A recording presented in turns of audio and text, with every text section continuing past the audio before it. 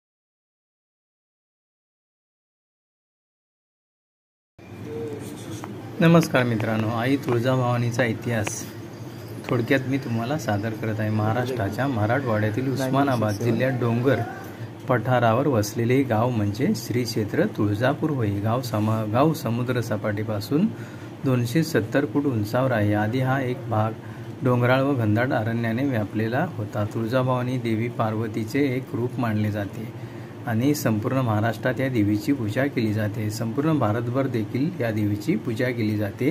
ही सर्वांची महाराष्ट्राची कुलदेवता आहे। महाराष्ट्राबाहेर देखील तेलंगणा, उत्तर कर्नाटक, नेपाळमध्ये देखील या देवीची पूजा केली जाते। हिंदवी स्वराज्याचे संस्थापक छत्रपती शिवाजी महाराज हे तुळजाभवानी देवीचे निस्सीम भक्त होते।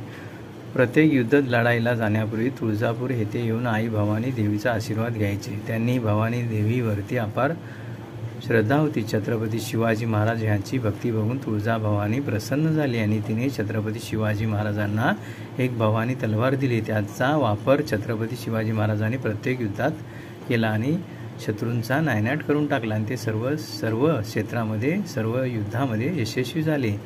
तुळजाभवानी मंदिर हे डोंगराळ भागात वसलेले आहे। मंदिरात प्रवेश करण्यासाठी 2 द्वारे लागतात। एक महासाहेब जिजाऊ आणि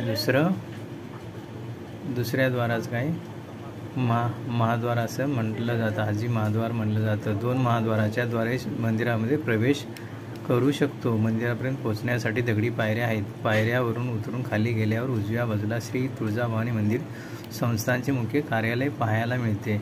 पुढे गोमुख तीर्थ आहे, जिथे भाविक देवीचे दर्शन करण्यासाठी स्नान करतात आणि त्यांच्या अगदी समोरच कल्लोळ तीर्थ आहे। मंदिराजवळ इतर देवदेवतांचे देखील मंदिर आहे, जसे प्रमुख मंदिराच्या मुख्य दाराजवळ उजव्या सोंडेचा सिद्धिविनायक गणपतीचे मंदिर आहे। पुढे आदिशक्ती, आदिमाया, अन्नपूर्णा देवीचे मंदिर बाजूलाच आहे। प्रेक्षकांचे आकर्षण ठरले आहे। देवीचे दर्शन करण्यासाठी सरदार निंबाळकर ह्या प्रवेशद्वारातून पुढे मंदिराच्या आवारात जावे लागते, जिथे भाविकांना बसण्यासाठी सोय करण्यात आली आहे।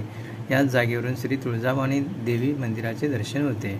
देवीचे मंदिर हे भक्तांना अधिक आकर्षित करतं। हे मंदिर बालाघाट डोंगराच्या वरील यमुनाचल या डोंगरावर बांधण्यात आले आहे। मंदिरामुळे मूळ जुन्या मंदिराचे काही अवशेष सापडले आहेत। मंदिराचे गर्भगृह, सभामंडप, होमकुंड, कल्लोळ, तीर्थ, गोमुख इत्यादी मंदिर परिसरातील अवशेषावरून हे मंदिर 13व्या शतकात बांधले गेले असावे असा इतिहासकार सांगतात. आणि हे मंदिर हेमाडपंथी असून त्यावरती कोरीव काम केलेले आहे. मंदिराबद्दल सांगायचं झालं तर चांदीच्या पत्राने मंदिराचा मुख्य गाभारा घडविला आहे. त्यावरती अगदी बारीक सुरेख नक्षीकाम केले आहे. तुळजाभवानी देवीची काळ्या पाषाणाची मूर्ती देखील ह्याच ठिकाणी आहे. मूर्तीचे वैशिष्ट्य म्हणजे मूर्ती स्वयंपासून 3 फूट उंचीची आहे. अष्टभुजा महिषासुरमर्दिनी देवीचंही सिंहासनावरती उभं असणारं तेजस्वी रूप. आईच्या 8 हातामध्ये त्रिशूळ, बिछवा, बाण, चक्र, शंख, धनुष्य, पानपात्र आणि राक्षसाची शेंडी. देवीच्या पाठीवरती बाणाचा भाता आहे. देवीच्या मुख्याच्या उजव्या डाव्या अंगाला चंद्र सूर्य आहे. देवी आईचा उजवा हात महिषासूर राक्षसावर आहे. डावा पाय जमिनीवर आहे. धन्यवाद मित्रांनो. हा माझा व्हिडिओ कसा वाटला जरूर लिहा. कमेंट बॉक्समध्ये जय माता दी असं लिहायला विसरू नका. आवडला तर शेअर करा इतरांना. आता आपण म्हणजे 5 वाजता सुरुवात केली होती दर्शनाला. आता मी 6 वाजता बाहेर पडलो. 1 तासात दर्शन झालं पुजाऱ्याच्या थ्रू. मंदिराच्या बाहेरच आहे. आतमध्ये व्हिडिओ शूटिंगला अलाउड नाही, तरी पण प्रयत्न केलेला आहे थोडाफार. व्हिडिओ आवडला तर जरूर लाईक करा, शेअर करा आणि सबस्क्राईब करा नवीन असाल तर. तुळजाभवानी मातेच्या नावानं चांग भलं.